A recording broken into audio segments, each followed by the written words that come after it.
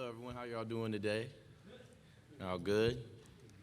Yeah, I'm glad to be here. This is a surreal moment for me right now. Okay, if you have a question for Mike, please raise your hand. We'll go here right in the middle on the third row to Jacques. Hey, Mike, Jacques Doucet, WAFB in Baton Rouge.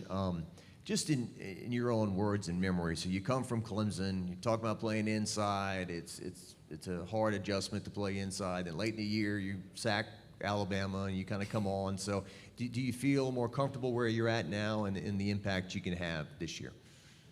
Absolutely. And a huge is coming from Coach House, but I believe I can go out and I can play at a high level, really anywhere you need me to be at the field. I got a lot more reps playing inside throughout the spring, and now that's my job. It's not like, I got to learn how to do this or this is something different from me. Every day when I go out on that field, I'm expecting myself and I'm going to demand myself to execute, to my coach's level every day, at what he asked me to do, and that's playing inside in the box. Right here in the front row. Hi, Mike. A.P. Stedham, WHEP, Foley, Alabama. Mike, what's going to be the defensive scheme this year? What's a little bit different with the new coaching staff, and what's the identity you're looking for, you individually and your team? I would say the biggest difference with our team this year defensively is, we're really multiple.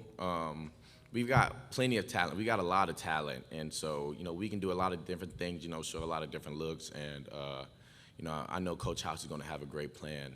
When it comes to identity, Mike Jones, my biggest goal for this year is just to go out there and play my best football. I know if I can go execute, to the level that my coach is going to have me execute, everything's going to handle itself. And for a defense first, Coach House's big thing is Tigers run. And so, we're trying to get back to that LSU style of football. We're going to run fast, and we're going to hit, we're going to be physical, and we're going to tackle, and that's who we're going to be. That's going to be our standard, and I'm sure we'll meet it. To your right, second row. Hi, Tyler Shaw with KBTX in College Station. I want to ask about Max Johnson. I know you didn't play with him, but maybe, going against him in practice, just how was he as a quarterback? How do you feel like he will be, just at A&M in his new role? Yeah, I think Max is going to do a great job at A&M. I've played with a lot of good quarterbacks, and he's one of them. Great leader, a great guy, and, I'm sure he'll make the most of his opportunity. Mike, to your left, fifth row. Mike, Dan Peck, ESPN 106.7 in Auburn. Can you take us through just the biggest differences between an off-season on a Ed Orgeron coach team and now sort of the off-season you're experiencing with Coach Brian Kelly? Yes. Like throughout all college football, it's a lot of similar things. Everybody's putting in work. The only thing I would say is probably the main difference, the way we're working is a little bit different. Our strength staff now, Coach Flint and, the guys in our weight room, they do an amazing job, man, fantastic job. And they're really data-based, and data-driven with the way that we work. And so, we're constantly wearing things that are going to track our speeds and track how much we've, been running around. And even with the way we lift, they're tracking our speeds with the way we lift. And so, they've really done a great job of, just taking care of the guys in our bodies, and making sure, we're going to go into camp, really healthy and be in a position to be able to, make a run and, have a good year of college football. In the middle here, third row. Mike, when Coach Kelly was first hired, a lot of people said it was a quirky fit, guy from the north coming to the south. Mm-hmm. Jack Bech just described him as the perfect fit. What are your thoughts? I think, when you look at LSU 5-10 years down the road, I feel like there wasn't a better or more perfect hire than Coach Kelly. His track record speaks for itself. If you want guys that are going to win, you want to be one of those consistent programs that are constantly, at the top of college football every year.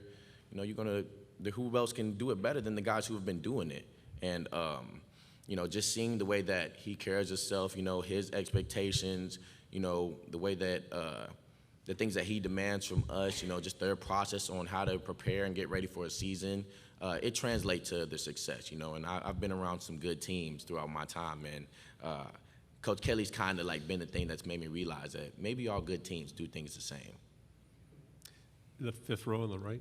Mike, Rob Brown, Sideline Sports Radio and Podcast in Memphis. What's the takeaway from year one? Coming from Clemson, you played in Nashville. I live in Memphis. Nashville's the center of the universe for high school football in Tennessee now. It's just exploded. But what did you take away that you learned a lot you're going to commit to going forward this year? Plus, minus, the good, the bad, and the ugly. From Clemson to LSU? See, and then year one, now for year two. That's a great question. Probably just the expectations of how physically demanding, games are in the SEC. And of course, they're demanding in all of college football. But my role is a lot different than when it was at Clemson. I was playing more of the overhang role there. I was playing nickel, and so I wasn't taking as much as a physical burden, throughout the season, week to week to week. And so, playing Mike linebacker in the SEC, you're going to be in there with some big guys almost every play. Every play you're going to have somebody trying to block you. And so I've learned, there are better ways I can take care of my body. I can fuel myself better, and just be more proactive with the prehab and things like that. That's probably the main thing I've taken away. In the middle, fourth row. Chessa Boucher with NBC 33 in Baton Rouge. Mike, what have you learned from Coach House so far? And also, we talked about the season opener against Florida State. Last time you were in the Dome, you were wearing the wrong colors, should I say. You weren't very successful there. Kind of, what's your takeaway of kind of your expectations for that weekend? Yeah, absolutely. I've learned a lot from Coach House. I love Coach House, man. He is a great dude, and I'm super blessed to be playing for him, to be getting the opportunity to learn from him, just to be around him every day. And I can say something about every aspect of his life, man, from the way he carries himself to the way that, he addresses us, his players, to the way he interacts with his staff. Everything is done at such a high level, and it's exposed me to a level that I've never even known was, just the way things could be done. He's taught me a lot about being a leader, in different ways to lead throughout the team. And so, it's so many things I could say that I've gotten from Coach House that it's hard to even name one, but 100% sure I am super blessed to be working with him and super thankful for him and really our whole staff as well. And then going back to the Dome to play Florida State, it's going to be exciting.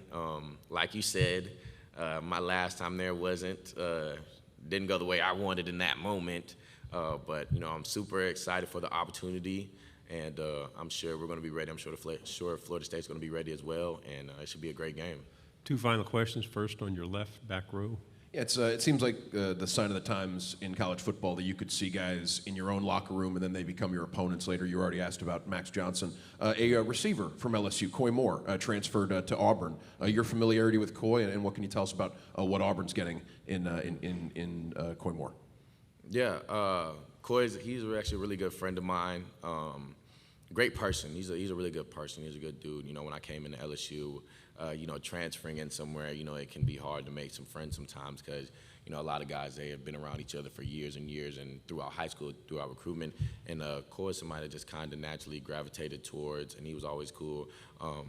But what he brings to the game, he's a very talented wide receiver, sure hands, great route runner, explosive guy, and I know he'll do great things at Auburn. Final question on your right. Yeah, what are your expectations as a defense, and just how do you feel like you guys will improve, this 2022 season? Personally, man, I believe the world in our group. And part of that is, due to Coach House's expectations he put on us, but also just the way that we responded and, the way we went out throughout things during the spring. Every day, we got better every single day. And, even when, it can get tough, like a day 8 of practice and you're tired and it's Saturday and it's hot, but to see us continue to, battle and just maintain the standard of, running fast and running to the ball and tackling and just playing LSU defense, I got big expectations for us. But I know, and I'm sure we all know, if we go out there and just play to the level that we're capable of and that Coach House is going to expect us to play, we'll be fine. Mike, thanks very much. Yes, sir. Thank you, guys.